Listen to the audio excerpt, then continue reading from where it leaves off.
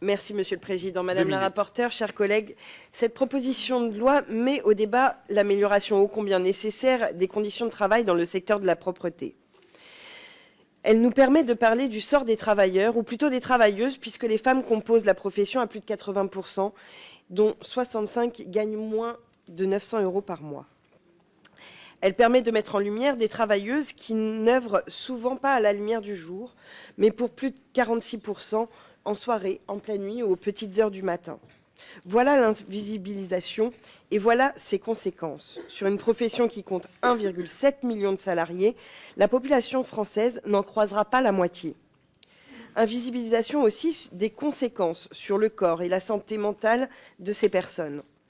L'ambition de cette loi est claire, elle veut empêcher la possibilité pour les employeurs du secteur de la propreté d'imposer le travail de nuit aux salariés. Malheureusement, son contenu manque de sa cible.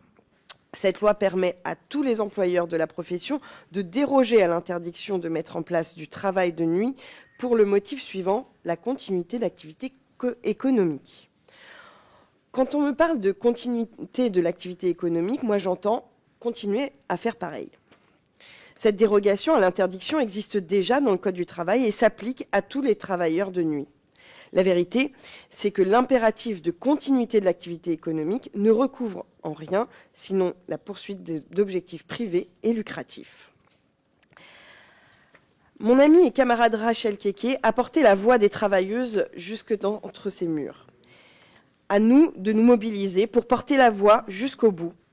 Pour ces travailleuses, passons sans attendre au strict encadrement au recours du travail de nuit, aux soirées, une semaine de 32 heures, et une compensation salariale du travail de nuit réellement dissuasive. Ça tombe bien, nous avons des amendements pour voter tout cela. Merci.